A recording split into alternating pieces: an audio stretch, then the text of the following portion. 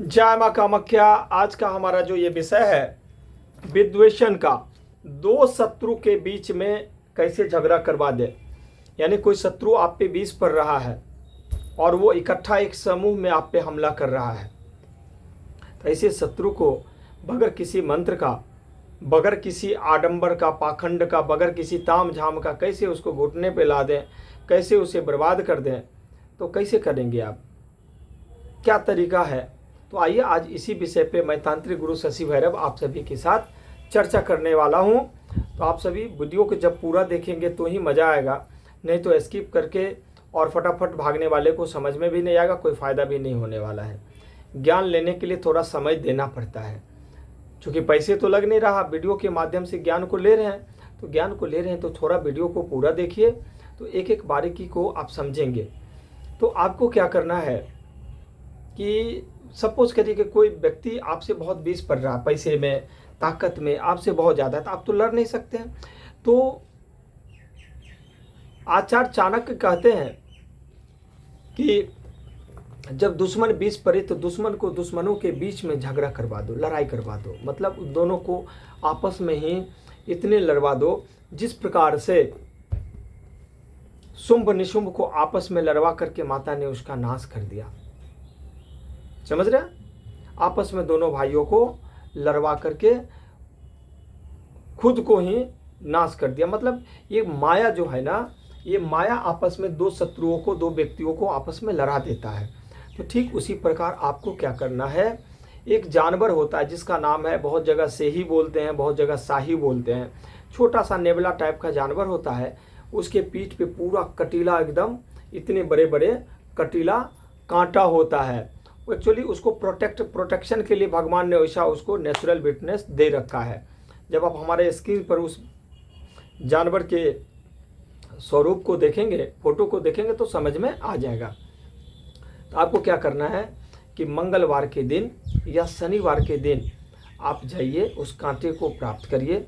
पंसारी की दुकान में भी मिल जाएगा, या जो शिकारी टाइप के हैं उनके पास भी मिल जाएगा।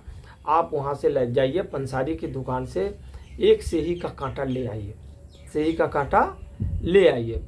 यदि संभव हो तो ला करके शमशान में जाइए, शमशान में थोड़ा देर उसको रख के शमशान से भी ये कर लीजिए, या नहीं भी कर सकते हैं, आपके यहाँ शमशान नहीं है तो जाने की भी आवश्यकता नहीं है। सीधा आप जाइए पंसारी की दुकान से लाइए और टेप के माध्यम से आप अपने दुश्मन के घर में या दुश्मन के ऑफिस में किसी भी प्रकार से पेस्ट कर दीजिए, मतलब उसको चिपका दीजिए। ऐसा जगह चिपकाइए वो हिडन हो, दिखे नहीं, विजुअल नहीं हो, कोई देखे नहीं, क्योंकि देख लेगा तो लोग उसे हटा देगा।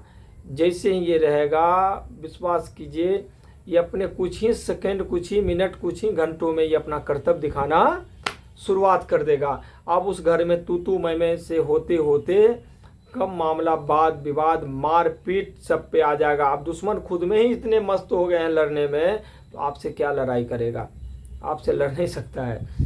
तो दुश्मन को परास्त करने के लिए बहुत अच्छा तांत्रिक प्रयोग है, आप लोग इसका उपयोग करिए। मैंने तो किया है, मैंने तो बहुत बार किया है, बहुत जगहों पर हमारे शिष्य भी कर रखे हैं। तो आप लोग भी इसका उपयोग करिए बिना पैसे का।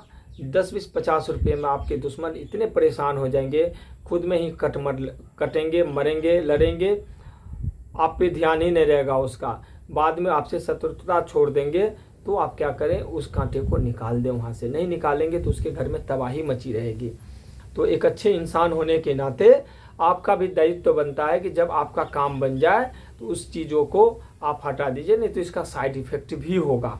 क्योंकि चीज़ें बनाई गई है आपको अपना काम निकालने के लिए, ना कि किसी को परेशान करने के लिए। ईश्वर ने किसी भी चीज़ की रचना की है उसका उपयोग करने के लिए, दुरुपयोग नहीं। तो जब आप फिर उसके बाद आनंद लेंगे ज़्यादा, यानी आपका काम निकल गया फिर भी आप आनंद लिए जा रहे हैं, तो इस कंडीशन में आपको हानि हो जाएगा। तो जैसे ही आपका काम हो जाए, दुश्मन लगे कि ये घुटने पे आ गया है, तब फिर आप उस कांटे को वहाँ से निकाल दीजिए। निकालने के बाद उससे जल प्रवाह कर दीजिए। घर में नहीं रखिएगा, नहीं तो आपके घर में विद्रोह हो जाएगा, फिर पति पत्नी में, बच्चों में, परिवार में कलेश हो जाएगा, फिर आप कैसे रोक पाएंगे। तो इसीलिए इसको हटा दें। बाकी किन्हीं के घर में यदि सेही का कांटा ऐसे रखे हुए हैं, उसको ऐसे नहीं रखिए। लाल वस्त्र में या लाल धागे से उसको बांध करके अच्छे से समेट के किसी डब्बे में रख दीजिए, यानी उसको कवर कर दीजिए। अदरवाइज आपके घर में भी उसके कारण विद्वेषण यानी विद्वेष होता होगा, लड़ाई झगड़ा होता होगा। इन बातों को आप जरूर ध्यान रखिएगा। यही एक छोटा सा प्रयोग था, सही के कांटे से दुश्मन को घुटने पर कैसे लाएं।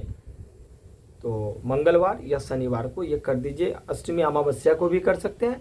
वैसे ना मिले, मान लीजिए दुश्मन, हम सोमवार मंगलवार का वेट नहीं कर सकते, मंगलवार बुधवार दिन नहीं गिन, तो कभी भी कर दीजिए, कोई फर्क नहीं पड़ता। लेकिन इसका उग्र दिन में करने पे इसका इफेक्ट और ज़्यादा प्रबल हो जाता है, ऐसा देखा गया है। इसीलिए उग्र क्रिया को करने के लिए उग्रता वाले दिन ही करना चाहिए। तो मंगलवार शनिवार ये उग्र दिन है, अष्टमी अमावस्या उग्र दिन है। तो ऐसे समयों पर आप करेंगे तो इसका रिजल्ट और कई गुना बढ़ जाएगा।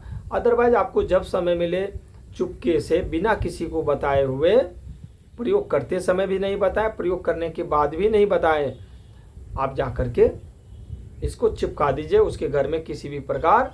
फिर देखिए आपको आनंद आने लग जाएगा, दुश्मन खुद लड़ने झगड़ने लग जाएंगे और आप इधर हरि भजन करिए, हरि कीर्तन करिए, राधे राधे करिए, जय जय श्री सीताराम करिए, जय हनुमान करिए, जय माँ कामाख्या करिए, ओम नमः शिवाय का जाप करते रहिए मग्न हो करके, बस आपका काम हो जाएगा। समझ गए? जय माँ कामाख्या।